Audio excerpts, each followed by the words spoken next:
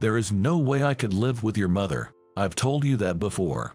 I pleaded with my wife, Mary, desperately, but she just looked at me coldly and retorted, "If you have a problem with that, you can just leave. I'm not stopping you."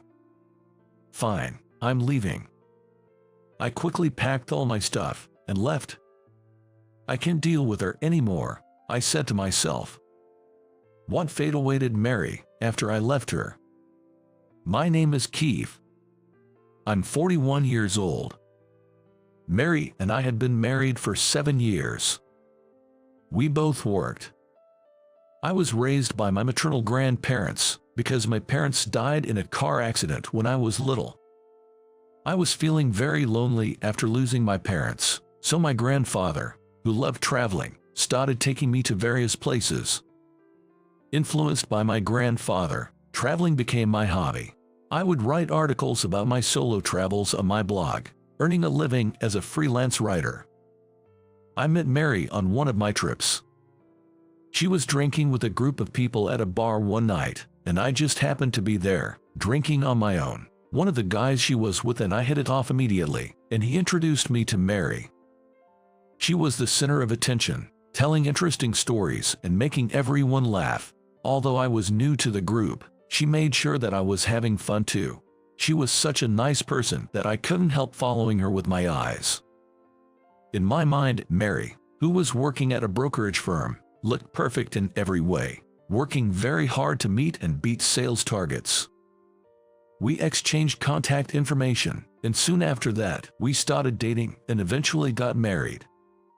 I continued writing blog articles, working from home, while Mary worked as a company employee. One day, as I was leisurely drinking my morning coffee, Mary spoke to me. "Keith, I'm going to work. Can you do the laundry today? And can you also make dinner tonight, please?" "Sure. Oh, could you stop at the supermarket on the way home and buy some canned tomatoes? I'm thinking to make meat pasta for dinner." When I asked her, Mary looked annoyed and said, "I work outside, you know. As you are working from home, shouldn't it be easier for you to find time to do grocery shopping? I have a lot on today, so I don't think I'll have time to go out at all." As soon as I said that, the living room door opened.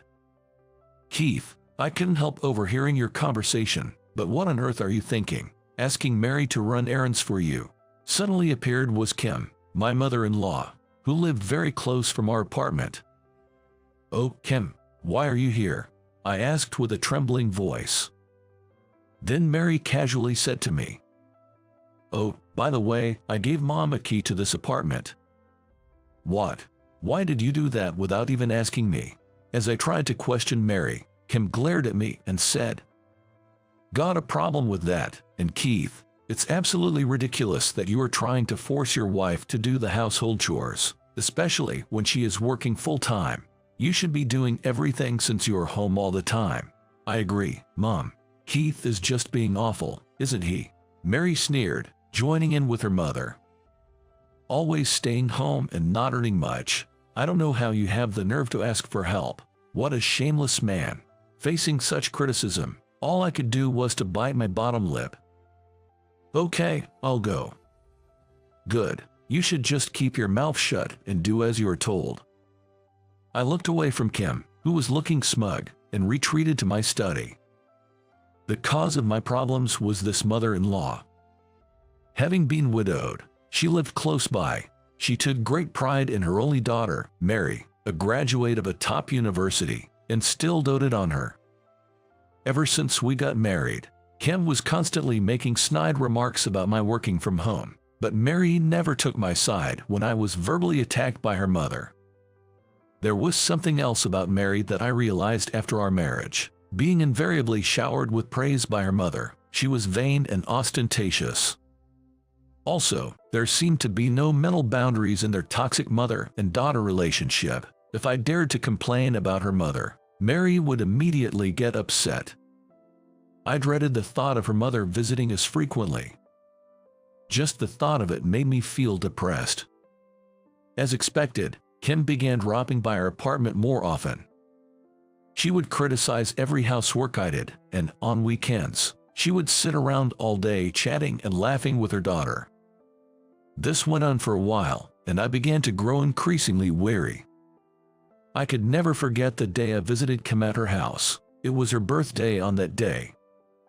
Although I was very reluctant, I felt obliged to go and see her. Mary was working on that day and would meet me at her mother's after work, so I headed there alone. "Happy birthday, Kim." I pulled out a beautifully wrapped box from the paper bag I brought with me. "Here is your present. It's a handmade bag I bought from a store I visited for one of my articles." Before I could finish, Kim clicked her tongue loudly. "What on earth is this? Did you just get this as a freebie or something?" "What? No." I quickly denied it, but she wouldn't listen to me. "I don't want this cheap bag, and I mean it. What were you thinking? I thought you'd like it." Kim began to berate me. "Enough. I never liked or approved of what you do in the first place. I don't even like you traveling around for work and troubling Mary. That's just not fair. I take pride in what I do," I retorted angrily, but she still looked down on me. "Pride in your small freelancing gigs? You're living off Mary. Why don't you return this useless thing and give me a gift card instead?" "Okay." I put the gift back in the paper bag, left her house, and headed to the department store. "Can I get her $200 gift card, please?" After buying the gift card, I returned to her house. "Hey, I'm back." As I opened the front door, Mary, who got there soon after I left for the department store, suddenly appeared. "Keith, it's Mom's birthday today. I ordered some fancy takeaway." The dining table was set with the dishes from a famous restaurant. "Oh, I was asked to cook for tonight, so I bought all the ingredients." I was standing there in complete shock when Kim interjected. "What are you talking about? These are obviously better than your cooking. Thanks for these, Mary." All I could do was to give them a disgusted look. Then, reluctantly, I joined them at the table, and we all began to eat. Mary and her mother chatted happily, but I felt left out. When we nearly finished the dinner, Mary suddenly broached a new topic. "Hey Keith, don't you think it's about time we moved?" "Move? You know, that new high-rise apartment nearby. Living somewhere with a great view would really boost my motivation to work harder." "Oh, that sounds wonderful. A new high-rise apartment." Seeing Kim's dreamy expression as she agreed with Mary, I panicked and said, "Isn't our current apartment good enough?" But Mary's expression turned visibly sour at my words. "What's wrong with you? We have enough money to buy that new apartment, so I don't see anything wrong with that." Kim glared at me and said intimidatingly, "As a husband, you should just listen to your wife. She is always right." I was only able to respond with a meek okay. Indeed, moving into a new place might not be a bad idea. I could probably have a bigger study and work more efficiently. And if I made sure not to give Kim a spare key to the new place, things might get better for Mary and myself. I convinced myself of that and agreed to move to the high-rise apartment. While signing all the paperwork, I asked Mary, "Mary, there's something I need you to promise. When we move, can you promise not to give your mother a spare key to the apartment?" "Why? What is your problem? Your mother is always meddling in our business, and my patience is wearing thin. If you are planning to give her the key, I'm not signing these." Mary then pondered for a moment, and then put her hand on my shoulder just to reassure me. "I see. If that's what you want, it's all good. I won't give her the key." "Thank you for understanding." Mary seemed really excited about moving into the high-rise apartment. Knowing that Kim wouldn't have the spare key, I felt relieved and continued the moving preparation. A few months later, we finally moved into the long-awaited high-rise apartment. It was in a fantastic location with great views and luxurious interiors.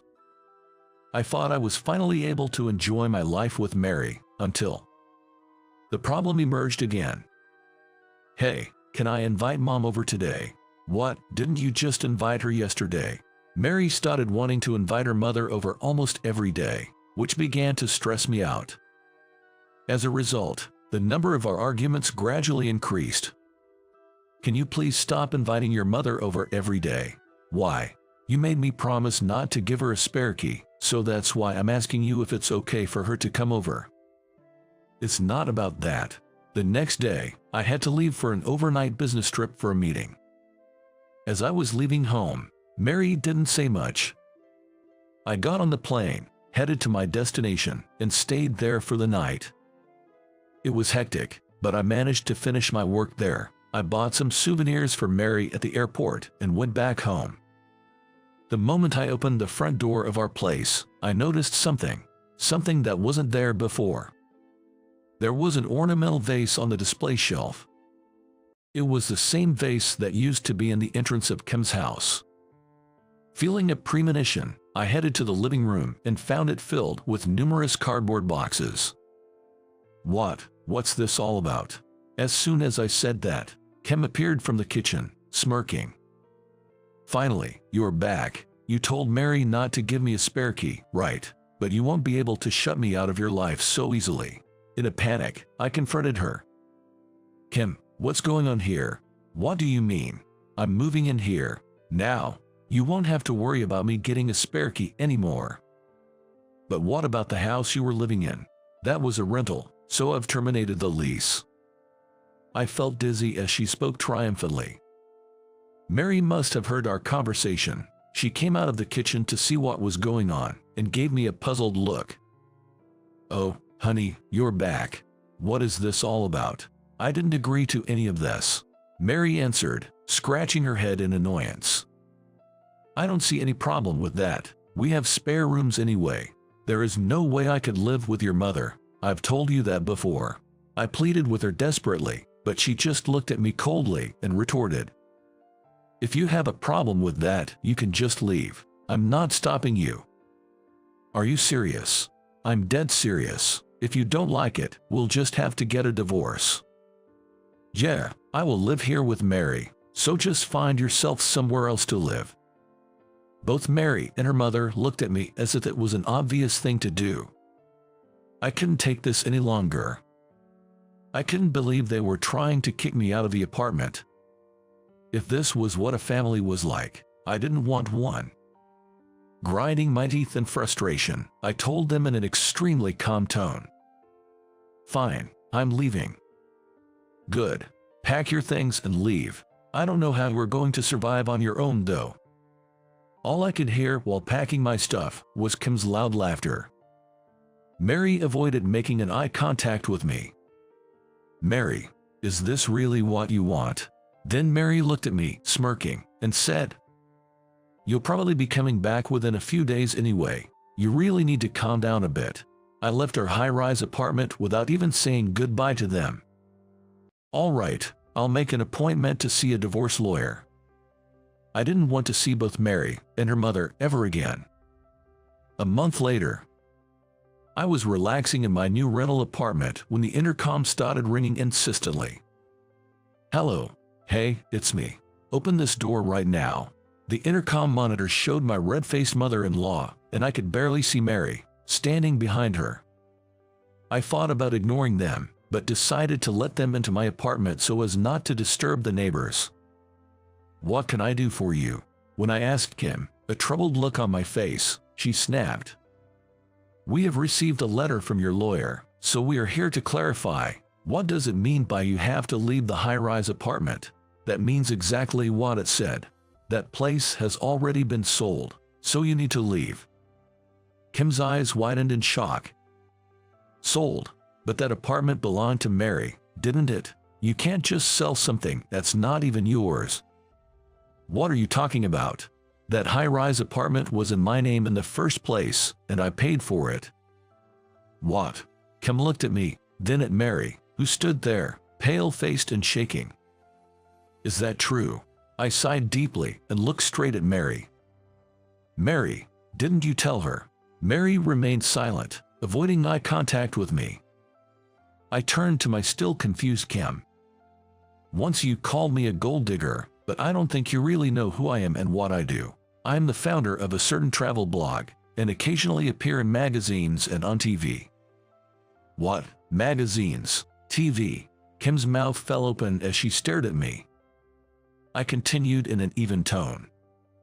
That was why I had some savings and was able to afford that high-rise apartment. By the way, your last birthday present, which you didn't want, cost me over $1,000. $1,000. Of course, I had to return it to the shop and got my money back. Also, the fancy takeaway that Mary ordered for your birthday was paid with my credit card by Mary without my consent. Kim, looking like she was about to faint from shock, suddenly turned to Mary. Mary, why don't you just buy back the apartment from him? You're a top salesperson of the company, earning over $100,000 a year, right? You must have lots of savings. Mary didn't say anything. Trying to suppress my laughter, I said to Kim, as far as I know, Mary doesn't have any savings. What? Both Kim and Mary were standing there absolute motionless. I calmly continued. She's been making continuous losses in stocks, lost almost all her savings. Isn't that right, Mary? No way. Mary, say something. As Kim grabbed Mary's arm and shook it, Mary dropped to her knees and looked up at her mother. I thought moving to the high-rise apartment would help boost my motivation and drive, but, as I glared at Mary, demanding an answer, she continued in a stuttering, faint voice. Well, I did try, Mom. I barely have any money left to rent a small apartment to live with you, let alone buy the high-rise apartment off him. What? I crossed my arms and said to Mary, I always knew that you had no skills for stock trading. I thought I had to support you as a husband and all. On hearing that, Mary looked up at me and asked for my forgiveness. Honey, I'm truly sorry. Can you please come back? Mary, stop it. As her mother tried to pick her up, Mary yelled back at her. But Mom, I have to do this, otherwise we can afford to live the way we do now. I softly replied to Mary, who kept apologizing to me. Look at me. She became silent, her eyes filled with hope. I continued in a gentle voice. You never helped me with housework, just because I was working from home and you weren't. That is, well, I'm really sorry. Ignoring her apology, I went on. You told me to leave, and the reason why you could say such a thing to me was because you looked down on me, right? And when I actually did leave you, you freaked out. Am I right? Our marriage is over. Once the separation period is over, I'll file for divorce. I don't want anything to do with you anymore. But, honey, as I spoke firmly, Mary tried to cling to me, but I silently shook off her hand. Kim, who had been watching the whole scene, cried out in distress. Wait a minute. What about our luxurious life at the high-rise apartment? Obviously you won't be able to afford it. As I spoke in an exasperated tone, she screamed hysterically. Then, what are we supposed to do now? How about living happily with your beloved daughter? I said this as Kim stood there, gaping.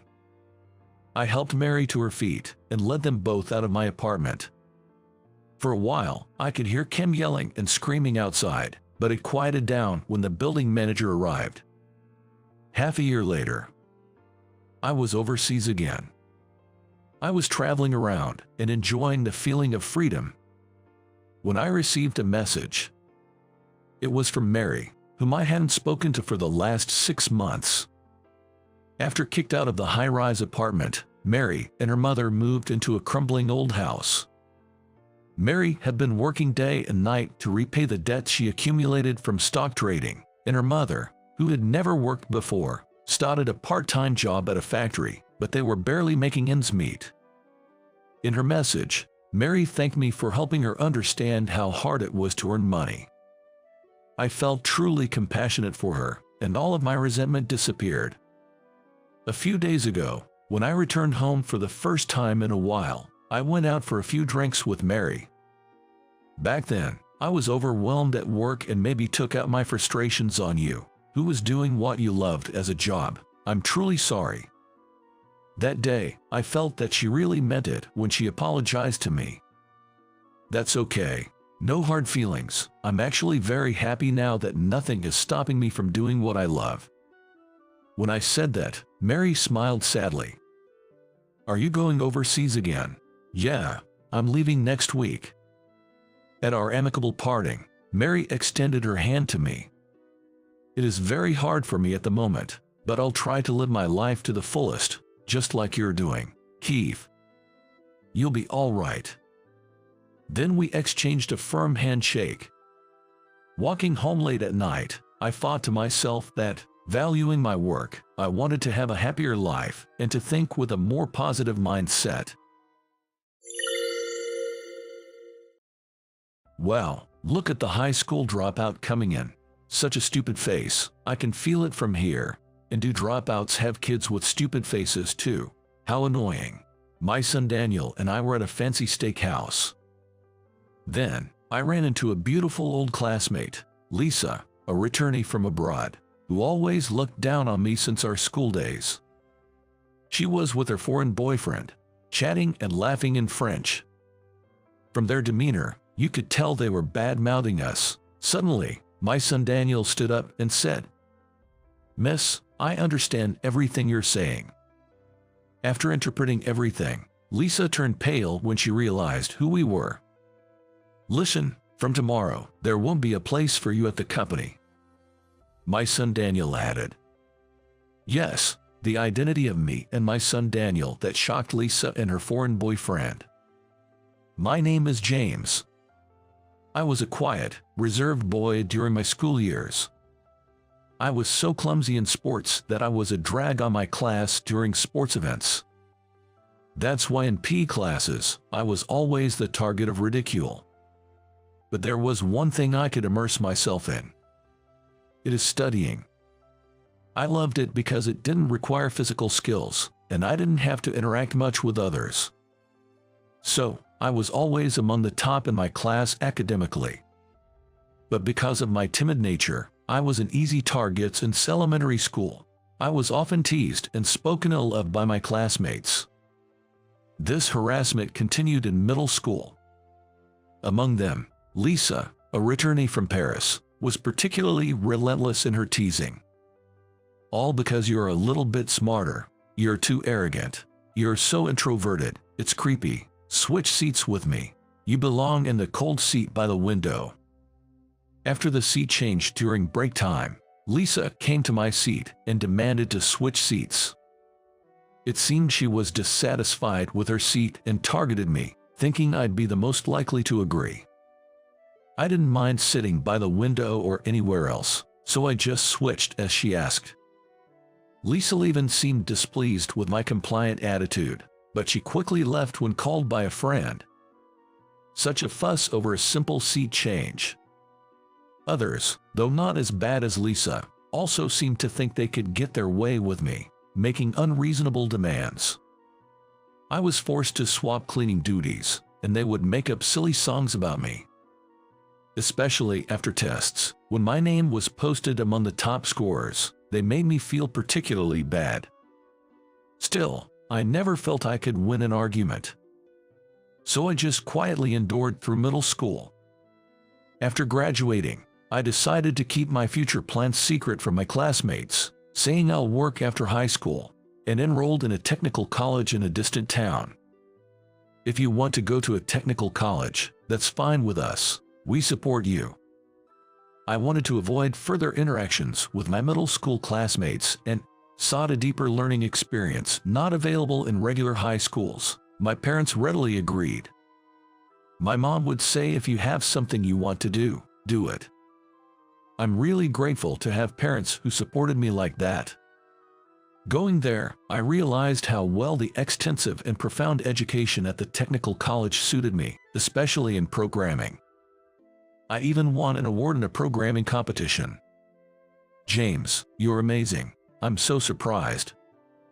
The girl who approached me after I won the award was Emily. She was a very bright and cheerful girl in my class. She was popular in our class, good at studies, and we quickly became friends. You were bullied in middle school, James. You might be quiet, but you are smart, and I enjoy talking to you." Despite our opposite personalities, Emily saw my traits as part of my charm, and we soon became a couple. I was still not great at socializing, but Emily, with her bright, blooming smile, was someone I could open up to. We clicked well, both being academically smart, and she liked me for who I was. And I liked her too. I thoroughly enjoyed my high school life, both in studies and youthfulness. After graduating from technical college, I continued my relationship with Emily while working at an IT company, utilizing my programming skills. At this IT company, all internal communication was done through non-face-to-face tools like chat, which was a comfortable environment for someone like me who is not good at interacting with people. The work itself was busy but fulfilling. The years flew by since I started working. Thank you for always being with me, Emily. If you're okay with it, will you marry me? Yes, I'd love to. Thank you, James. When things settled down at work, I proposed to Emily, and she happily accepted. We got married. A few years after our marriage, we had a child, and at Emily's wish, we named him Daniel. Daniel loved drawing more than anything, more than singing or being held.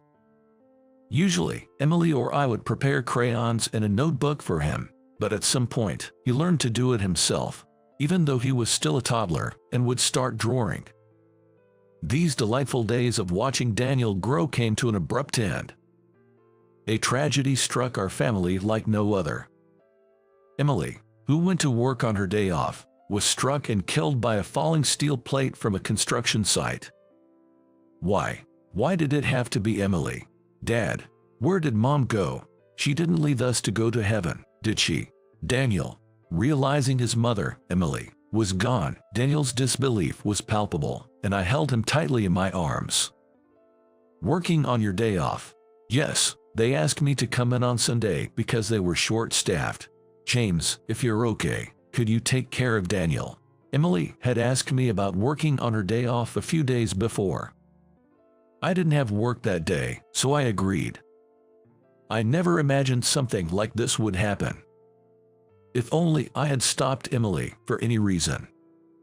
If only I had driven her to work, this might not have happened. I was filled with regret. And now, because I couldn't protect Emily, I had caused Daniel to suffer too. Daniel and I were engulfed in grief. But I couldn't stay away from work forever. I also started doing the unfamiliar household chores and parenting as a single parent. I've made dinner, so eat with Daniel. Mom, thank you so much. It's nothing. I know it's tough, but you need to hang in there with Daniel. Now, I have to go to work too. Though my parents helped occasionally with housework and childcare, doing it alone was a Herculean task. I tried to finish chores when Daniel was engrossed in drawing or asleep. After putting my beloved son to bed, I often lay exhausted on the floor, sprawled out, staring at the ceiling. In those moments, I'd find myself lost in thought, reminiscing about Emily. I realized how much I had taken Emily's kindness for granted, as she had always taken the lead in household and child care duties. Dad, we'll be late for daycare. Hurry up. Daniel, like Emily, was responsible, and he'd prompt me as I rushed in the mornings. After Emily's death, Daniel initially cried a lot, but gradually, he accepted reality, became stronger, and tried his best every day. I knew he must be missing his mother, Emily. Without ever complaining, he was always there for me, an incredibly good kid. For Daniel, and for Emily in heaven, I resolved to stay strong. And so, I balanced work, housework, and parenting. Every day was a whirlwind. I would often be the last parent to pick my son up from daycare. When I picked up Daniel from daycare, he was always drawing until the very last minute. Mr. Thompson, is Daniel always drawing like that? I asked Mr. Thompson, and he told me Daniel was so absorbed in drawing that he preferred it over playing with friends. It reminded me of my own student days. I reminisce about the times when I was studious and loved studying. Your son's drawings are all wonderful. If you and Daniel are okay with it, how about we submit his drawings to a contest? One day, Mr. Thompson from the daycare suggested entering Daniel's drawings in a competition. "Hey, Daniel, how about we enter your drawings into a contest?" "What's a drawing contest?" "Well, it's a place where people who can draw as well as you get to show their work to experts who know all about article." On the way home, I discussed this with Daniel. His eyes lit up with excitement, and he immediately wanted to participate. So the next day, I told Mr. Thompson we would submit Daniel's drawings. Later, Daniel's drawing won the top prize. Knowing his talent, Daniel and I were overjoyed. "Daniel, you're amazing. Who knew you had such talent? Great job." Daniel looked at me, beaming with joy, as if he was celebrating his own achievement. I patted his head with all my love. "Today, we'll treat ourselves to a nice meal." We started going out for meals whenever there was something to celebrate, just like that. As if to fill the void left by Emily's absence. We continued to live our days positively. A few years later, Daniel turned 9. Daniel and I went to a fancy steakhouse to celebrate this special occasion. Then, to our surprise, seated behind us was Lisa, my former middle school classmate. She was with someone who seemed to be her foreign boyfriend, and after a while, Lisa noticed me and started a conversation.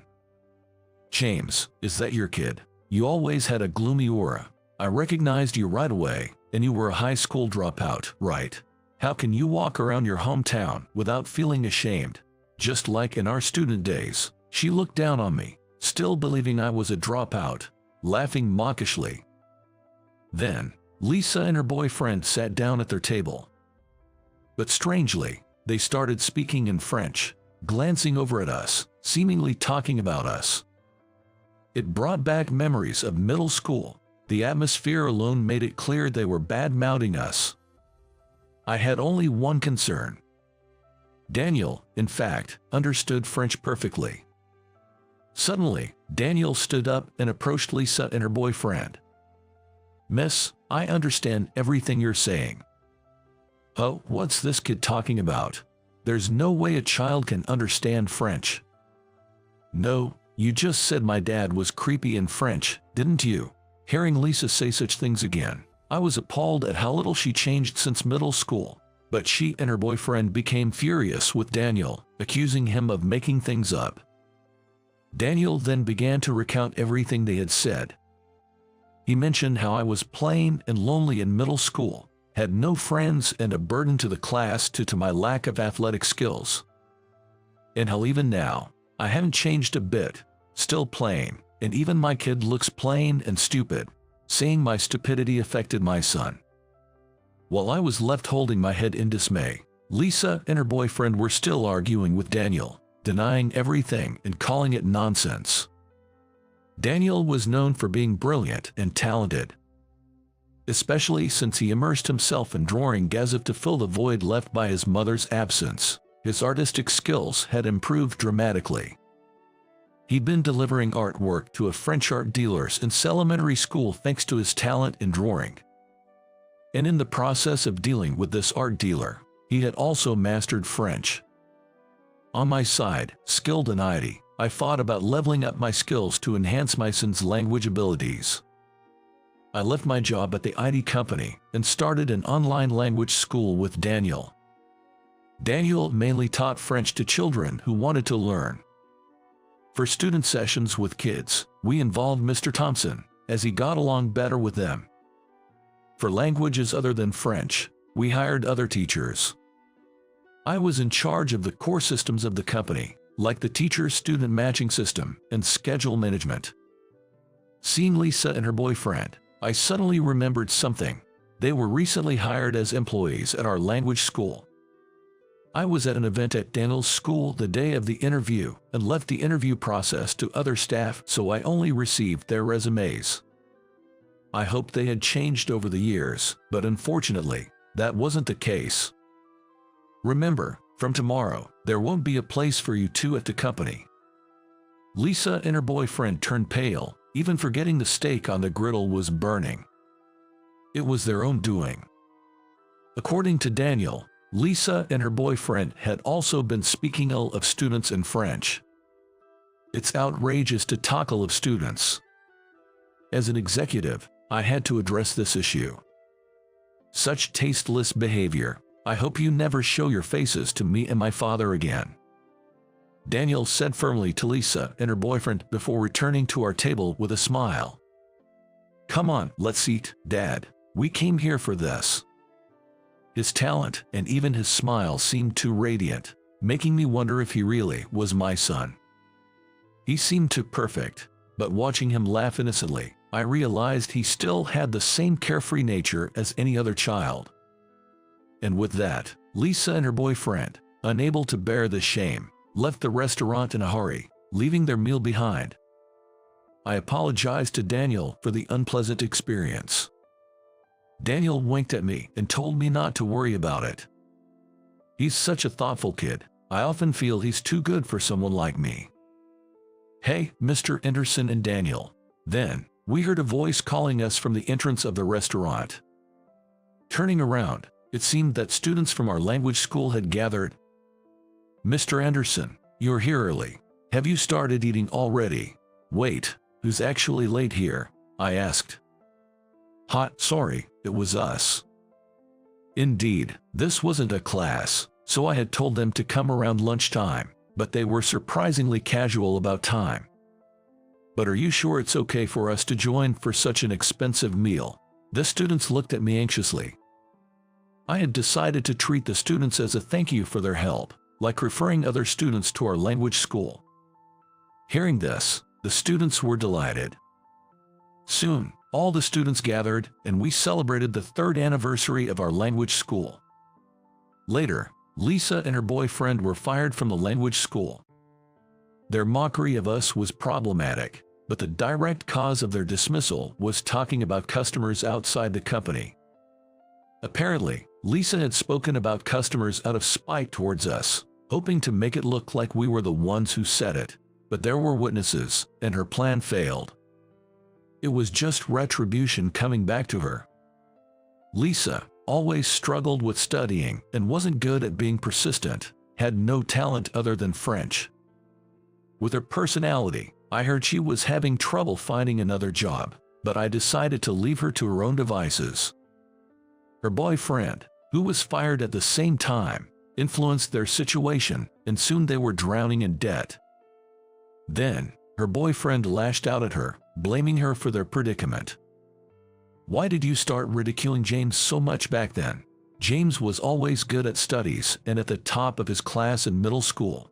I had good grades in France, but when I returned to America for middle school, the difference in the education system made it hard for me to keep up. Trying to justify herself to her angry boyfriend, Lisa continued, crying and speaking angrily. I was always near the bottom in tests. I thought I was capable, and that was frustrating. I hated him because he was good at studies. Because of her pride, she never talked about these feelings before, and Lisa ended up crying. Leaving the crying Lisa behind, her boyfriend, holding his head in his hands, apparently said, all this over that, and eventually left the house they were living in together. Now jobless and alone, Lisa was left to lead a lonely life. And then, a few days later, an unexpected incident occurred. Mr. Anderson, please come here. A panicked student led me to the entrance of the language school, where Lisa was causing a commotion with other students. What on earth is going on? James, it's all your fault. Lisa, having noticed me, rushed towards me. Clearly, her target was me.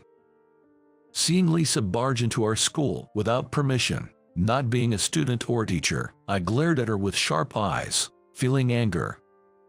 It's all your fault. My life is a mess. Just because you could study a bit, getting all high and mighty, I'll sue you for firing me unjustly. After all this time, you haven't changed at all, Lisa. Why did you have to hate me just because I had good grades? There are plenty of people smarter than me. If it's about being top, you'd have to hate them too. What do you know about me? You know nothing. You have no idea how much I've suffered. I don't know because you never once tried to bridge the gap between us, Lisa. Hearing that, Lisa seemed taken aback. She had always showered me with unpleasant words whenever she saw me, so it must have hit close to home. After all, that was the root cause. Why did you have to hate me like that? I would have preferred you to say you were struggling and ask for help with your studies. If taking the upper hand over people is your life, you'll always be bound by your own pride. If you really want to be bound, be my guest. I've already called the police for trespassing. What? Police? Don't move. Then, as if on cue, police officers, apparently called by Daniel, stormed into the building and quickly apprehended Lisa. Shocked by the turn of events, I looked at Daniel, who gave me a peace sign. Such a fearsome child. Let go of me. I have business with this man. Even with the police there, Lisa, consumed by hatred, continued to struggle and was eventually escorted into a police car and taken away. That was scary. Glad she didn't have any dangerous stuff on her. She reminds me of that teacher, Mr. Smith, who was fired the other day. Maybe she's holding a grudge against Mr. Anderson. Well, she was leaking information, so it's only natural she was fired. Some students felt relieved and greatly relieved to be freed from their fear. Thanks to Daniel calling the police while I was talking to Lisa, thankfully, no harm came to the students or Daniel. The thought of what could have happened if they had been injured sent shivers down my spine. Are you okay, Dad? You look pale. Concerned. Daniel looked closely at my face. I quickly assured him I was fine and forced a smile. Between the incident at the steakhouse and now this, I owe a lot to Daniel. As a father, I need to be more responsible. I put my hand on Daniel's head and gently stroked it to reassure him. I'm okay. Thank you, Daniel. You really helped me out. Let's cancel the classes for today. Can you help me spread the word to everyone? Of course. Inspired by Daniel's bravery, together we informed the students about the cancellation of the day's classes. Years later, the company Daniel and I built continued to grow steadily. I further enhanced our internal systems, automating most of the accounting to increase efficiency. This allowed us to raise the teachers' salaries and attract higher quality instructors. Daniel continued to draw, becoming so renowned that he won awards in major competitions open to adults. Mr. Anderson, I'm a huge fan. Could I please have your autograph? As he became famous, the number of enthusiastic fans increased, and Daniel was quickly surrounded by them. Overwhelmed by this, I noticed a few fans glancing at me. Is that plain-looking guy a staff member? He's too plain. Totally out of place here and next to Mr. Anderson.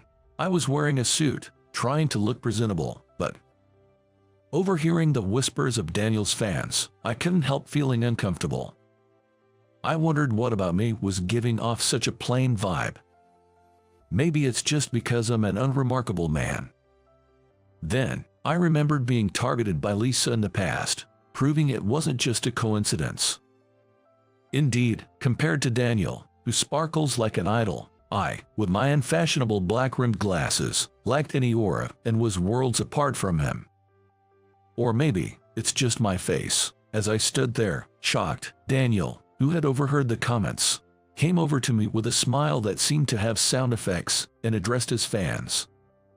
This man here is my father. He's the reason my artistic talent shines. So, if you're a fan of mine, I'd appreciate it if you refrain from making such comments. With Daniel's smile and statement, the fans' faces turned pale, and fearing the displeasure of the other fans, they quickly left the scene. Angering Daniel's fans can be really scary. Well, those kids probably wouldn't have said that if they knew I was your father. Dad, you're too kind. Fans who behave like that at the scene are questionable. I was left speechless by Daniel's firm opinion, marveling at his excellence. It seems today's kids are not only talented but also compassionate. He really does take after his mother, Emily. Reminiscing about Emily, I watched Daniel being applauded by his fans with a fond smile. A few days later, on a tranquil spring day, Daniel and I chose to visit Emily's grave together. While sharing recent achievements, we talked about how studying really makes a person bloom, and effort never betrays you. I remembered Emily was also very studious, and that's what drew us together. Without Emily, Daniel wouldn't have been born. We all love studying in our family, don't we? It's moving to think that Mom and Dad's passion for learning brought me into this world. Weren't you ever lonely without Mom, Daniel? I asked him, looking concerned. Daniel had always been with me without any complaints, but he must have felt the absence of his mother. However, Daniel shook his head with a smile. No, because Dad was always there with me. His smile and words almost brought tears to my eyes. Getting older makes one more prone to tears, it seems. You should be proud of yourself, Dad. I owe my success to you. I was so grateful to see how well Daniel had grown up. It was all thanks to Emily watching over us from above. In front of Emily's grave, Daniel and I joined hands, and I reported our lives to her. Then, as if Emily were responding, a gentle breeze blew between us. Cherry blossom petals, seemingly carried by the wind, appeared out of nowhere, fluttering in the air. One landed in the palm of my hand. It felt like a part of Emily's floral-like smile, so I gently stored the petal in my pocket. The presence of family seemed to have blossomed even a reserved person like me. It was then that I realized how much one's life can change through encounters with others. Following the example set by Daniel and Emily, I learned to smile more. As I became more open, naturally, people started to gather around me, and I began to slowly bridge the gap with those I had previously found difficult. Though I had kept them at a distance because of my discomfort, I started to realize that talking with many people wasn't so bad after all. Seeing me become more cheerful, Daniel seemed happy too, which made me feel joyful. I took out the cherry blossom petal I picked up during our visit to Emily's grave. I treasured it like a bookmark used in a book, carrying it with me as a charm, as if it were Emily herself. Ever since I found it, I felt as if it had been giving me courage. Could it be, Emily? Is this you? Feeling somehow as if Emily's spirit was residing in it, and finding myself alone, I spoke aloud without thinking. Even though I knew such a thing couldn't possibly be true. But I wished it were so. Keep watching over Daniel and me, Emily. With a soft smile, I said this and then carefully placed the petal back into my pocket.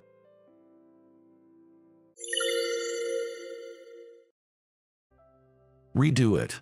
Sharp words in contrast to the gently placed documents. Slightly crestfallen by those uttered words, my shoulders droop a bit. But in front of me, my boss, named Natalie, doesn't seem concerned about my demeanor and says, "I'm going out for a bit. Have it done by the time I get back." Then she leaves the office. Left behind, I gaze at the documents on my desk and let out a sigh, my shoulders slumping. In the vast office, only the sound of my typing echoes. All the other employees have gone out for lunch. I'm getting hungry. Wonder what's in today's lunch special at the cafeteria. I continue my work, trying to ignore my growling stomach. It's been half a year since I joined the company as a fresh graduate. Yet, I haven't been able to produce any notable results. Natalie, my boss, is very strict, and redoing documents and proposals has become almost routine. That's why I've come to see her not as someone who nurtures with praise, but as someone who believes in learning through practice and growth. Despite her strictness, there are people who respect and follow her because she never slacks off and always delivers 100% performance, despite her young age and high position. And one more thing. She's really beautiful. A soft voice, different from the typing sound, my voice. Though I know I'm alone in the office, I speak in a hushed tone, maybe out of embarrassment. Her slender waist is evident even under her pantsuit, and her long back stretches elegantly. Her black hair, tied back in a single strand, suits her slightly almond-shaped eyes. No wonder she's popular. I find myself nodding in agreement to my own words. but she has never once used her looks to her advantage. I've seen that as her subordinate for these 6 months. That's why I think to myself, I'll definitely get her approval next time. To be recognized by her, to be of help to her. With renewed determination, I turn back to my computer. And when she returns from her visit, the documents I hand her manage to get an okay. Good work, this will do for the proposal. That was all she said. But it was more than enough to make me happy. Skipping lunch was worth it. After work, I went out for drinks with Trevor, a good colleague. Wait, a demon, cough. I'd almost choke on my drink at the word demon that Trevor blurts out. It seems he's referring to Natalie. Beautiful, but incredibly strict, so she is nicknamed Demon Beauty behind her back. Demon, Beauty. I ponder over the unique combination as I take a sip of my beer. But you know, it's mostly the girls saying that, probably out of jealousy. Natalie is indeed strict. Documents and proposals rarely get approved in one go, and if sales are bad, suddenly more clients get added to the outside sales visits. But Natalie never gets unreasonably angry, does she? Trevor strongly nods in agreement to my words. Natalie isn't the type to praise and nurture. But she doesn't get angry or blamed without reason. She's a strict but good boss. Hey, do you know any other rumors about her? Could there be more to her than being called a demon behind her back? No, I don't know. I shake my head, unable to think of anything else.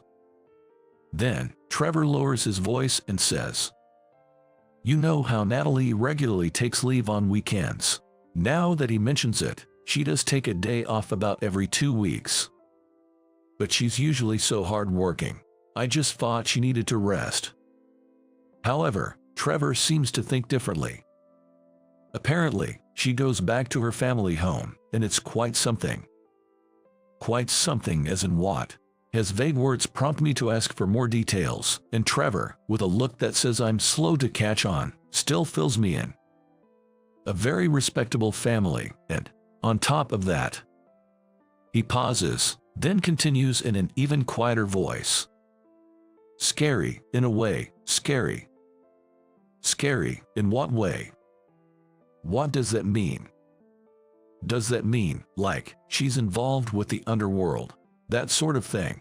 An uncomfortable silence falls between us in the lively pub. No way, impossible. We quickly laugh off our words, denying the thought. But you're right, Natalie would look good in a dress. Yay, that's true. As the alcohol kicks in, the conversation about Natalie naturally drifts away. So until that day, I really thought it was impossible. Redo it. Today, just like always, my documents are returned to me.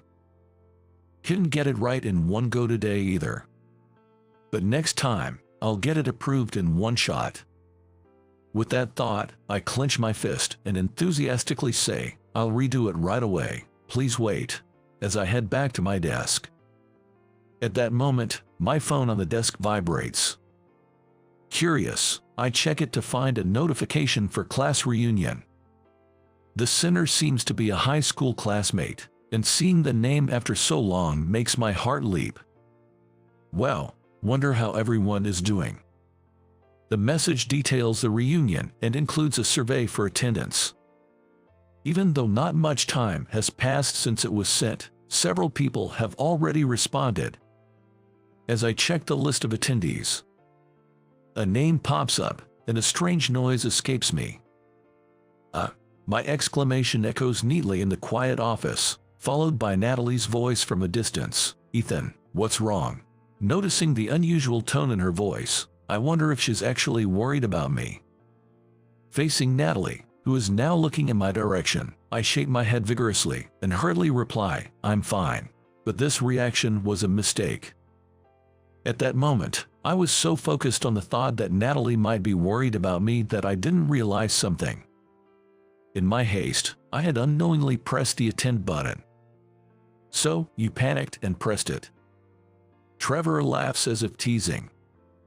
Across from him, I'm munching on a sandwich.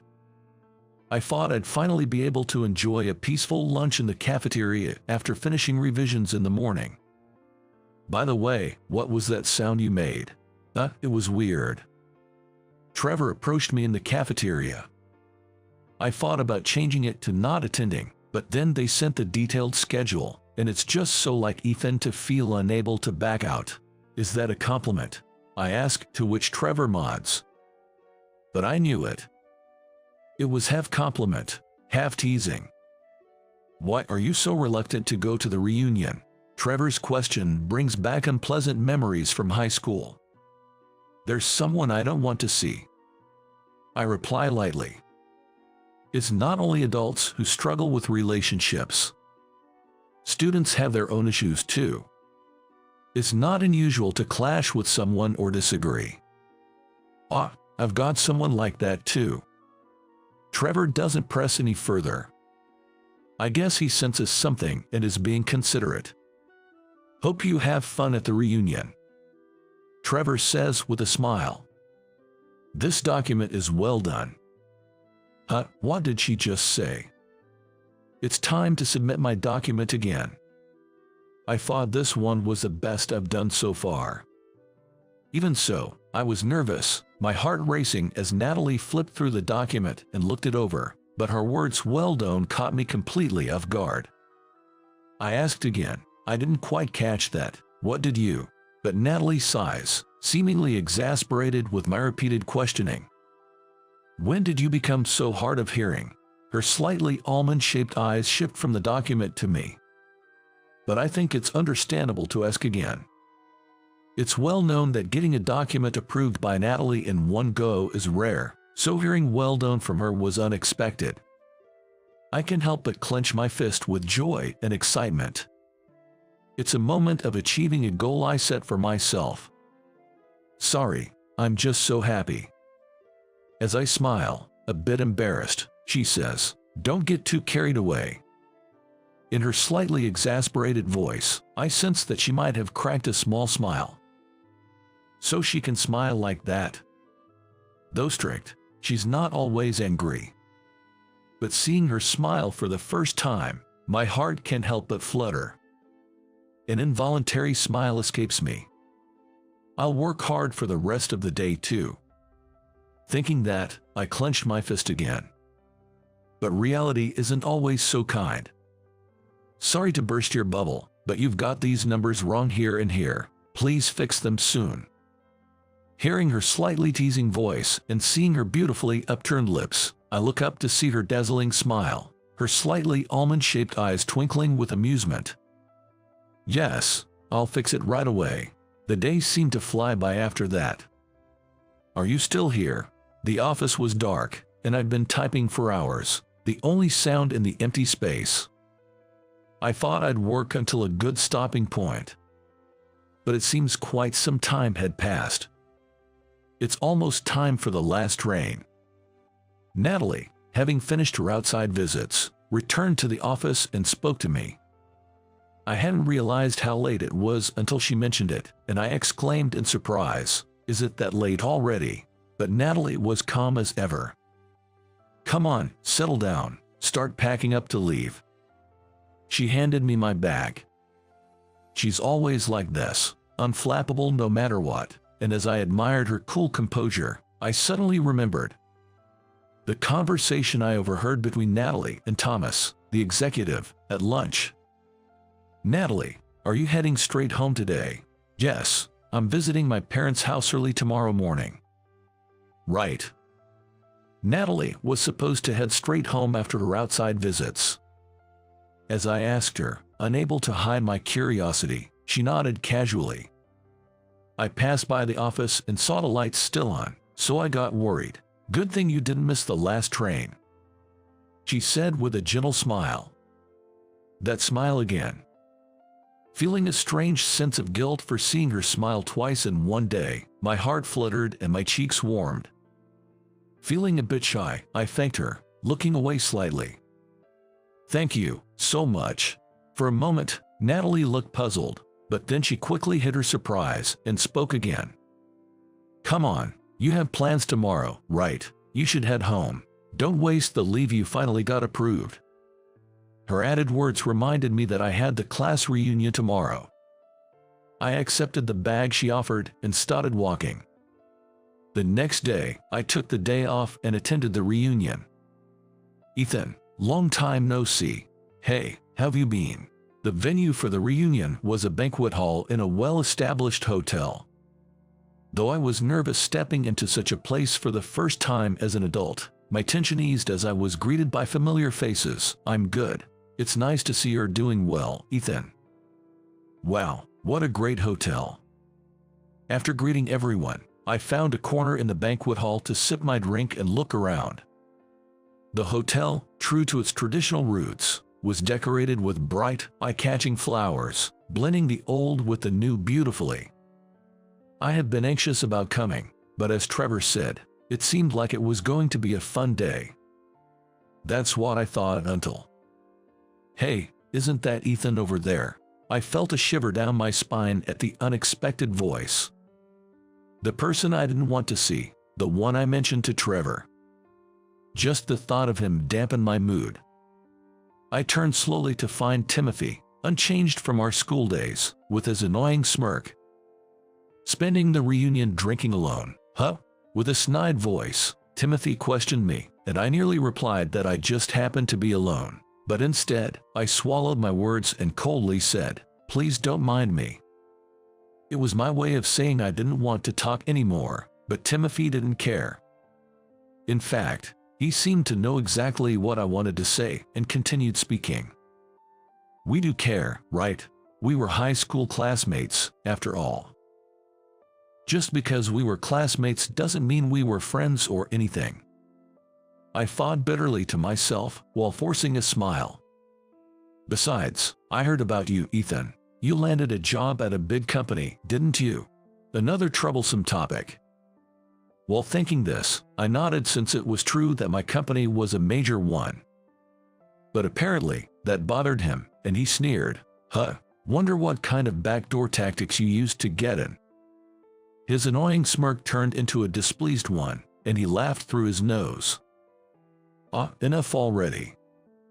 That's why I didn't want to meet him. I don't want to exchange any more words with him and ruin my day, so I'll change locations before it gets any less enjoyable. That's when I was about to step away.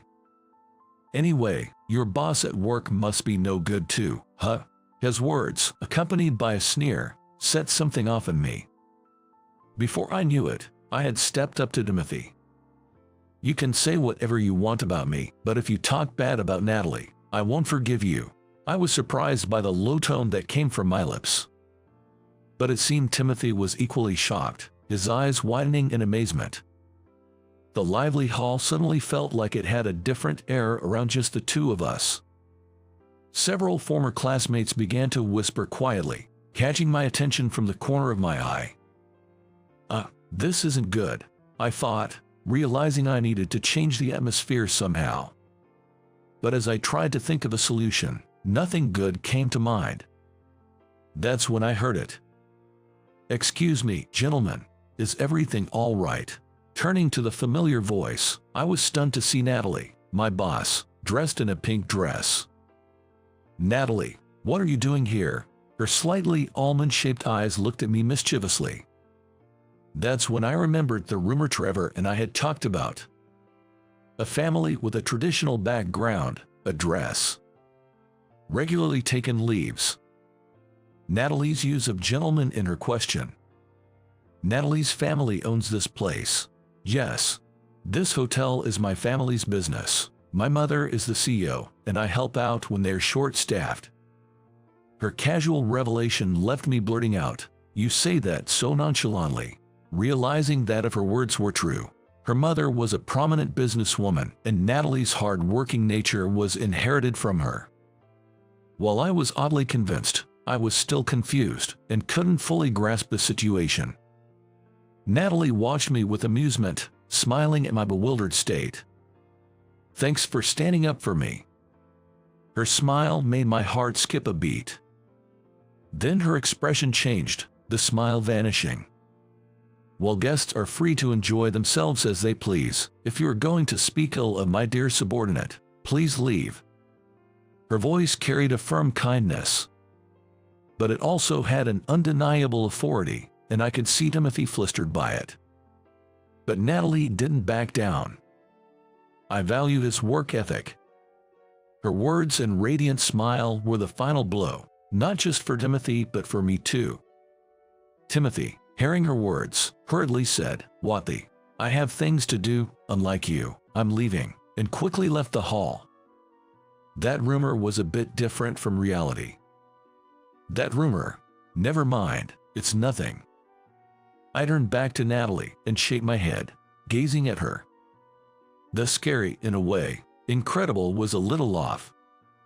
Trevor would be surprised to hear this. But anyway, Natalie looks great in her work suits, but she's also stunning in a dress. I think to myself, smiling. "Thank you, I was happy you stood up for me," I say with an embarrassed smile, and the usually unflappable Natalie looks surprised for a moment, then smiles kindly. "I really do value you, Ethan. Then next time, I'll make sure the document is perfect in one go." "We'll see about that." Natalie laughs, and I realize once again that she's not a demon at all, but rather the beautiful and wonderful boss I admire. You work at a hospital as a receptionist, and all you do is guide visitors. Not very useful, are you? It was a coincidence. Or maybe, in a way, it was inevitable. My childhood friend I always competed with had come to the hospital where I worked. He saw the placard I was holding and sneered. "I thought you were a doctor. I work as a doctor at a different hospital now. Were you trying to make it seem like you were working at the hospital too, by saying you had a job here? You're such a liar," he said, looking down on me. The patient's condition has suddenly turned worse. An issue arose that disrupted my old friend's smugness. Dr. White, the hospital director, called out to me from behind my pale-faced old friend. "I'm counting on you," he said. "I'm Eugene. Single, with no girlfriend, and living alone. Currently, I work at the reception of a university hospital. The main job of the reception is to hold a reception placard, approach people who are lost in the hospital, and guide them. I also help guiding people to unmanned payment machines when the cashier is busy, and manage the lines. It's a job anyone can do, but for me, who often feels sleepy during the day due to jet lag, it's just right." "Excuse me, where is the place for new patients?" "Oh, it's right over here, I'll guide you." "Well, thank you." "You're welcome." I guided the elderly lady and handed her over to a nurse before returning to the information desk. Then, I noticed a man staring intently at my face. That face. I recognized his face too, and couldn't help but stare back. Could it be? "Are you Steve? Are you Eugene?" He seemed to recognize me too and approached without hesitation. "It's been a while, hasn't it, since middle school?" The man was Steve. We were friends in our childhood, together from elementary to middle school. He used to compete with me in everything, always a troublemaker. "Eugene. Steve. What is it this time?" "This time it's a challenge on test scores. Honestly, I still don't understand why he always saw me as a rival." "Hey Eugene, what score did you get on the test?" Steve approached my desk, test paper in hand, despite our seats being far apart. "Again, don't you ever get tired of this?" "I got a 96. What about you?" 98. "I win this time." "What? Seriously? Darn, I lost again." Seeing Steve look so frustrated back then, I just chuckled. That's how we used to compete, even in test scores. We were also in the same track and field club. "I'll take the top spot. Don't cry when you lose, Eugene." "Who's crying? I don't really care about being the best anyway." "Shut up, Eugene, I absolutely won't lose to you." "Well, I'd rather focus on setting personal records than winning. I'm not losing, no matter what. Good luck to both of you. Samantha, watch me, I'm going to be the one winning. We competed for the top spot in the club. And other times. I'll swim faster than you in the next swimming class. We swim separately, so you won't even know. Well, then, let's race based on time. Okay, fine. We competed even during sports class. The one who gets a better award in the upcoming art contest wins. That depends on the judges. Well, true, but I'm excited to see what kind of paintings you two will come up with. We even competed over the awards for paintings we made in art class. For summer vacation homework, whoever presents something more amazing wins. How are we supposed to judge that? We'll ask everyone which one is more impressive. Summer homework is already a hassle. Don't make it even more complicated. We also competed with our summer vacation projects. This time, I win. Yeah, okay. Next time, I'll win again for sure. Steve was always challenging me to everything, turning it all into a competition. Yet, our skills were matched evenly. If I won the English test, Steve would win the math test. If Steve won in track and field, I'd win in swimming. Neither of us ever achieved a complete victory. Those two are at the top again. As always, Eugene and Steve. Who won this time? This time it's Eugene. Wow, both of them are unbelievable. They really seem like eternal rivals. Our peers would always hype us up as eternal rivals. Next time, I won't lose, Eugene. If you say so. It's been a while, Steve. I heard from a classmate that you were working at the hospital. Steve saw my placard that read reception and sneered. You work at a hospital as a receptionist, and all you do is guide visitors. Not very useful, are you? So lame. He said, laughing at me even more. I couldn't help but give a wry smile to Steve. Well, I am just guiding people around because I'm not that useful. Well, there's a reason for that. A reason. Let me guess. You flunked your high school entrance exams, couldn't go to college, ended up a shut-in, and now you're stuck doing a job anyone can do, like guiding people around. That's not true at all. That was a harsh thing to say. Well, after graduating from middle school, Steve and I followed different paths and lost contact with each other. So, it's not surprising he doesn't know. I didn't know what Steve is doing now, either. I thought you'd be a doctor by now. I'm working as a doctor at a different hospital. So, Steve became a doctor. Were you trying to make it seem like you were working at a hospital too? Such a liar. No, that's not it. What's different then? Honestly, I'm disappointed in you. Steve, cut it out. A fact is a fact. You used to be called my rival, but I guess that's all you were. Listen to my side of the story. I was about to argue back when it happened. Is that Eugene? You're Eugene, aren't you? A woman called out to me. Samantha. I recognized her face too when Steve called her name. Samantha, right, she was. Could it be Samantha, Steve's old friend? It is you, Eugene. Long time no see. She said with a smile, another classmate and Steve's friend from childhood. I heard you two got married. Congratulations. Yeah. Thank you, Eugene. I had heard from my parents a few years ago that the two of them got married. Steve married his old friend, Samantha. Oh, really? When are you going to get married? Not anytime soon, I guess. It was like that. But I wondered, did Steve and Samantha come to the hospital together? Both of them looked a bit pale, but neither seemed to be ill. Did you both come to the hospital together? Is one of you feeling unwell? Well, Samantha hesitantly responded to my question. Our daughter, her name is Emily. She was born with a heart condition and is hospitalized. A heart condition? That's worrying. Yes, she's just turned 3 months old and finally eligible for surgery, but it's a rare condition here, and we're currently looking for a surgeon who can perform the operation.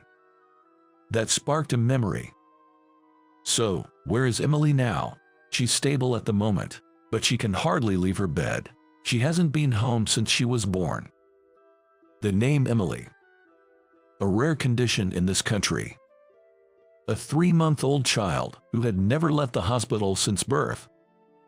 So, these two were. Are you here today to visit Emily? Yes, that's right. And I had Steve go to the reception to take care of the hospital bills. He forgot the insurance card, so I came to deliver it. Samantha laughed awkwardly as she looked at Steve. You don't have to tell him all that. Why not? Steve, receiving the insurance card, replied with a smile to Samantha. Lately, I've only been talking to you, our parents, and hospital staff, so it's nice to have a chat with you, Eugene. Samantha was smiling, but I could see exhaustion on her face. The constant care for Emily, who had been hospitalized since birth, and the fear of her heart condition worsening at any moment. It's no wonder she was tired. Still, Steve and Samantha being Emily's parents, I felt it was a coincidence that should be shared. Actually, I was about to tell her something when Emily's mother and father. Finally, I found you. What's the matter? Why are you in such a hurry? A nurse rushed over, looking panicked, and addressed them. Emily's condition has suddenly worsened. What? Samantha. At those words, Samantha's face went pale, and she nearly collapsed, but Steve, equally pale, caught her. How is Emily? What's happening with our daughter? Her heart almost stopped. She might need emergency surgery. Her heart? Oh no, but at our hospital, we can only provide temporary measures. For a cure, we need a specialist in pediatric cardiology. We came here looking for the doctor. Damn it, Emily. Steve muttered in despair. Eugene. Then, Dr. White came to call me. I have a surgery I need you to do.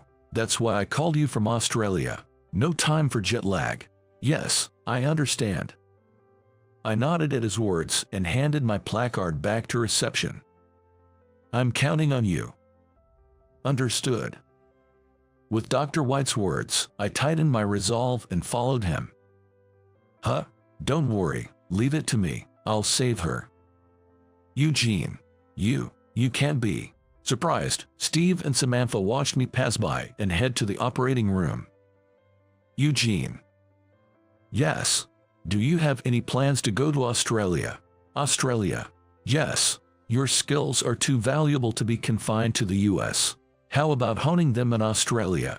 I hadn't mentioned it to them, but after high school, I went to medical school, got my medical license, and then, on Dr. White's recommendation, studied in Australia. As a pediatric cardiac surgeon, I've experienced numerous surgeries in Australia, including treating a premature baby who weighed less than 4.4 pounds. I originally worked as a pediatrician in a university hospital and went abroad to advance my career. I spent about 3 years gaining experience in Australia. Then one day, actually, there's a child with a complex case admitted to our hospital. I want you to handle it. Dr. White contacted me. Is that so? I've heard about you from the doctors over there. I'm sending you the data, so please check it first. Understood. After reviewing the data sent to me, I determined that I could perform the surgery. Dr. White, I can do this child's surgery. Good. Once everything is ready, can you come back to the US? Yes, I'll be in touch. And that's how I returned to the US. However, after spending 3 years in Australia, the jet lag was severe. I need to sleep. Eugene, you're always so sleepy. I was overwhelmingly sleepy during the day. With you like this, the surgery can be done, more the work as a doctor. I'm sorry. I guess it's okay for now. Meanwhile, do some guiding at the reception. Guiding. Yes. Get over your jet lag while you observe the hospital. It's important to understand the hospital you work at. So, by the hospital owner's orders, I, holding a medical license, found myself in a unique situation, working as a receptionist. This was the third day of doing so. It's okay, I'm going to save her. I came over the jet lag and was confident enough to handle the situation now. Entering the operating room, I saw the little girl lying there. Indeed, I had been called for Emily's surgery, Steve's daughter. Let's begin the surgery. In her case, the major blood vessel leading to the heart was constricted, and there was also a hole inside. First, we had to stop her heart and operate using a heart-lung machine. Her small body had significantly less stamina compared to an adult, and the strain on her body was immense. It was a race against time. I had to operate carefully and quickly, ensuring no small mistakes were made. I thought of the two people who must be waiting outside the operating room. The pale faces of Steve and Samantha when they were told about Emily's sudden change in condition. Samantha, who looked tired from worry and caregiving. Steve, who scoffed at me but became visibly concerned when it came to Emily. Their faces flashed in my mind. I wanted to save Emily, for the sake of the two people who have been searching for a doctor to help her. With that resolve, I moved my hands frantically in surgery. I had to get this child back to the home where her parents were waiting. I began to close the small hole in her heart. Steve, my rival, had always been challenging, but he was a good one. Sure, he had ridiculed me earlier, but the Steve I originally knew wasn't like that. He was talented, serious, and committed to whatever he took on. Eugene, as expected. Yeah, sure. Eugene, I will definitely become a doctor in the future. Then, I'll be a doctor who can save even the smallest child. I wanted to see not his mocking laughter, nor Samantha's forced smile, but their true, heartfelt smiles. Besides, I couldn't afford to lose that challenge. Sutures, complete. After a while, the surgery was finished. It was a success without any major complications. Relieved, I let out a breath of relief, having escaped a critical situation. However, we must still be vigilant and closely monitor her progress for a while. I'm really glad. I headed towards the door of the operating room. Eugene, you really did it. Seeing me exit the operating room, both of them looked surprised. Eugene, how is Emily? How's my daughter's condition? Samantha asked me anxiously. Calm down, the surgery was successfully completed. You can relax. Really? Yes, the hole in her heart is closed. However, it was a major surgery, so we can't be complacent. We'll continue to monitor her closely, but for now, she's okay. My words seemed to finally reassure them. Thank you so much for performing the surgery. Samantha thanked me. Dr. White told us while you were in surgery. Eugene is a skilled doctor I called from Australia. I knew he would save your daughter. Given the circumstances, she should be fine now.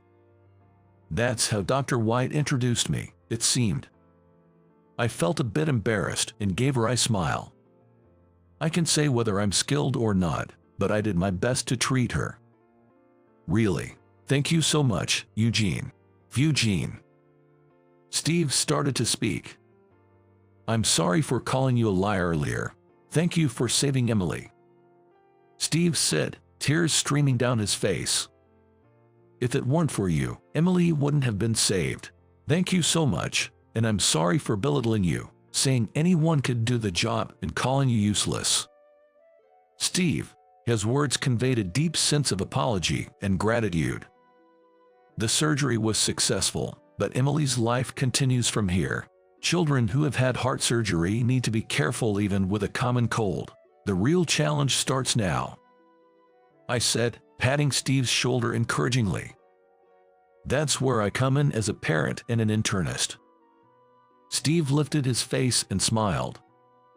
Samantha was smiling next to him. Seeing their genuine smiles return, I truly felt happy.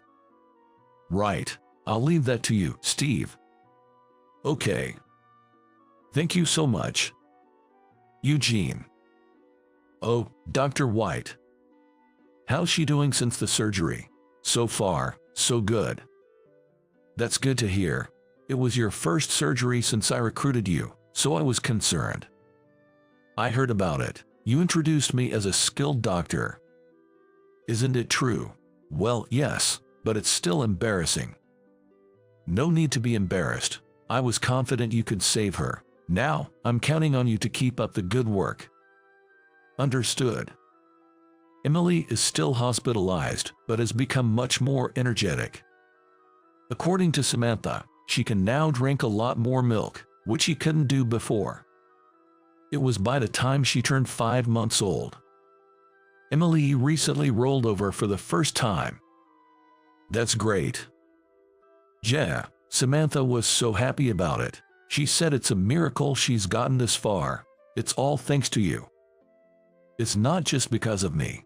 It was all Emily's effort and the support of you too. Steve spoke happily. For Emily's sake, Steve decided to work as an internist in this hospital. Emily, Daddy's here. You're looking good today. You're here again. Why not? I'm her dad after all. Doting dad, huh? With a daughter this cute, can't help being one. He's quite the doting father, always rushing to Emily's room during breaks to see her face. And before heading back to work, he never forgets to remind me, please take good care of Emily. I respond, got it, now get back to your work. I need to give more than my all, otherwise, Steve might get mad at me.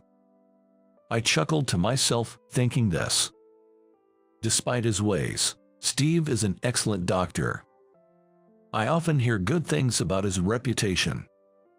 And so, some time passed after that day. Yeah, this should be fine for now. That means, you can finally go home together. Emily's discharge from the hospital was finally decided. Regular outpatient visits are still necessary for a long time, but going home was a joy for Steve and Samantha. They had been eagerly awaiting the day they could return home together as a family. I've got some news, Eugene. Okay, calm down. Steve's in a good mood, really, but it's understandable. They've been waiting to go home together for so long. That must be a happy moment. That doctor looks really happy these days. His daughter can go home now, right? That's right. She's been in the hospital for a long time. That must be a relief. Steve's obvious good mood was noticed not just by me but also by the surrounding doctors, nurses, and patients, who looked on warmly.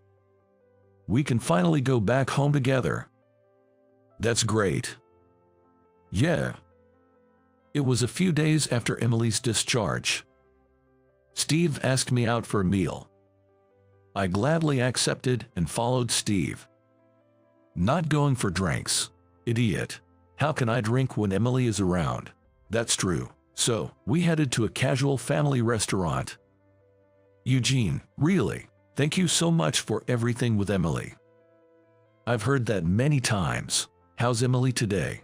Today, she's staying over at Samantha's parents' house. It's close by, but since she's been in the hospital since birth, Samantha's parents were overjoyed to finally meet her.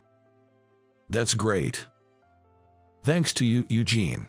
Our family can smile again. I can't thank you enough. I'm happy too. I truly felt that way from the bottom of my heart. Seeing their smiles, I smiled too. This was the perfect opportunity. I decided to ask about that matter.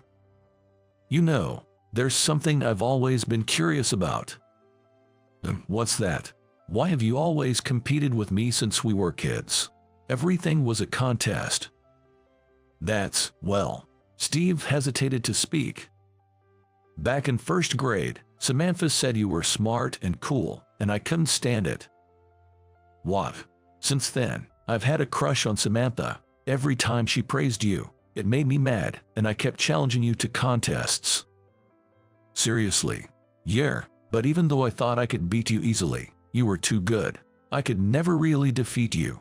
It became a matter of pride, and I kept it up until we went to different high schools. I was honestly taken aback. All this time, his challenges were driven by childhood jealousy. So, I'm the bad guy in this story.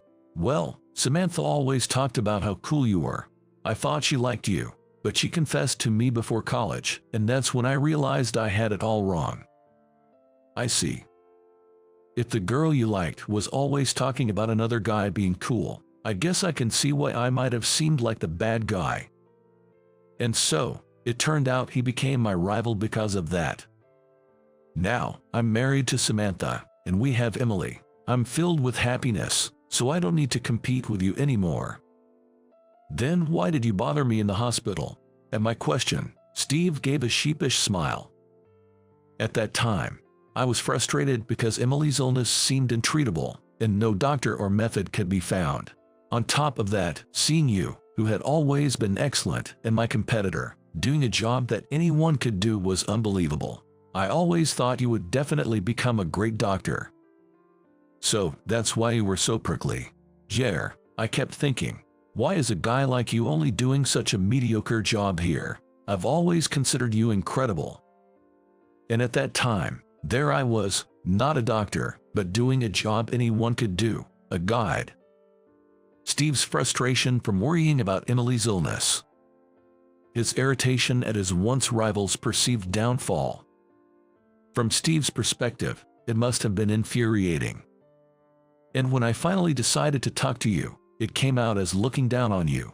I still feel really sorry about that. I didn't mean to belittle you. It's okay. I understand you don't feel that way anymore. Of course, even as a doctor myself, I can see your skills. You're an excellent doctor. Apparently, I was just caught up in their love story for all these years. As a result, I kept being close to Steve. It left me with an indescribable feeling. Well, maybe that was the reason we were able to become close again after bumping into each other. As I was saying, Emily is just so adorable. I can't help it. I see. When she sees my face, she smiles brightly, and Samantha smiles too. My wife and daughter are just so cute. I'm really happy now. Steve's bragging about his happy family life. With no marriage plans or partner of my own, I can't help but feel a bit defeated. Honestly, I feel like drinking to forget. But we're in a family restaurant. Guess I'll have to settle for another Coke. Leaving Steve, radiating with happiness, I head to the self-serve to get my refill. I wonder if I'll find someone special too. Time passed, and Emily turned 3. Eugene. Hey Emily, how have you been? I'm doing great. That's good to hear. She's so energetic, it's almost a problem. Turn your back for a second and she's off somewhere. Typical kid things. She was growing up healthy, without any major complications or issues. Seeing her made me glad to be a doctor. I'm glad I could become a doctor who could treat her like this. Oh, by the way, we're having a birthday party for her soon. Eugene, would you like to come? Really? Of course, thanks to you, we are able to celebrate Emily's birthday, and she likes you being around. So, I decided to go to Emily's birthday party. Good to see you, Eugene. Welcome. Thanks for the invitation. Steve and Samantha greeted me warmly. Hey there, Eugene. You've grown up. Yes, nice to see you. Emily's grandparents were also there, and the party went on joyfully. In the midst of it all, it seemed I had become Emily's favorite. Emily, it's time to come to Daddy. Eugene must be getting tired. No, why not, Emily? No matter what Steve said, she wouldn't leave my lap. She just sat there, smiling brightly on my lap. Eugene, what is it? I am going to marry you. What? Wait, what did she just say? a bombshell statement. And it came with a kiss on the cheek. Oh dear. You, stop kidding around. I won't let Emily marry you. Well, that's harsh. Haha, Eugene is quite a catch. She's our granddaughter. She knows how to pick them. Steve, jealous as always. It seems I'll have more days of competition ahead. Well, that's somewhat entertaining. Despite all this, Steve and I. Eugene, about this case. Yeah. So, when will you give up on Emily? I'm not even falling for her. I won't allow it. I won't lose to you, Eugene. As you say so. Later on, we became famous as the top pediatrician and internist at the university hospital. Still, I couldn't help but laugh at Steve's predictable challenges. Hey, Steve. What is it? Do you remember the last challenge you threw at me? Steve looked puzzled by my question. It was right before we graduated from middle school. We're going to different high schools. Looks like it. Eugene. What? I'll definitely become a doctor in the future. A famous one, saving lots of people. You should become a doctor too. A doctor? Yes, I'll be the doctor who finds and cures diseases hidden inside. You become a doctor too, and let's see who can be the better one. Then, I'll be a doctor who can save even the smallest child. Yeah, it's a challenge. That last challenge from him was what inspired me to pursue a career in medicine. Spurred by Steve's words and my own love for helping children, I studied hard in high school. Then, I went on to medical school. You remembered that. Actually, I had forgotten, but I remembered when I thought about you and Samantha during that surgery. Seriously. Thanks to you, I became a doctor. I see. Steve smiled shyly. I'll save even more children. I won't lose this competition. Me neither. I definitely won't lose. We shared a defiant laugh. Eugene. Emily. Emily, what about Daddy? Leaving the hospital with Steve, we were greeted by Samantha and Emily. Steve looked shocked as Emily ran toward me. Before she could reach me, Steve scooped her up. Sorry, Eugene. For what? For causing you trouble. It's okay. Well, I couldn't completely deny it after hearing Steve's reasons for his behavior. I liked it when Steve was challenging you and working hard. Is that so? Yes, I was supporting both of you, but I guess I caused you some trouble. Haha, it's great to see you getting along so well. I've treated many children over the years. Children carrying heavy illnesses while still so young. Still, there were children I couldn't save. I've never forgotten about them. I've continued my effort to save more children.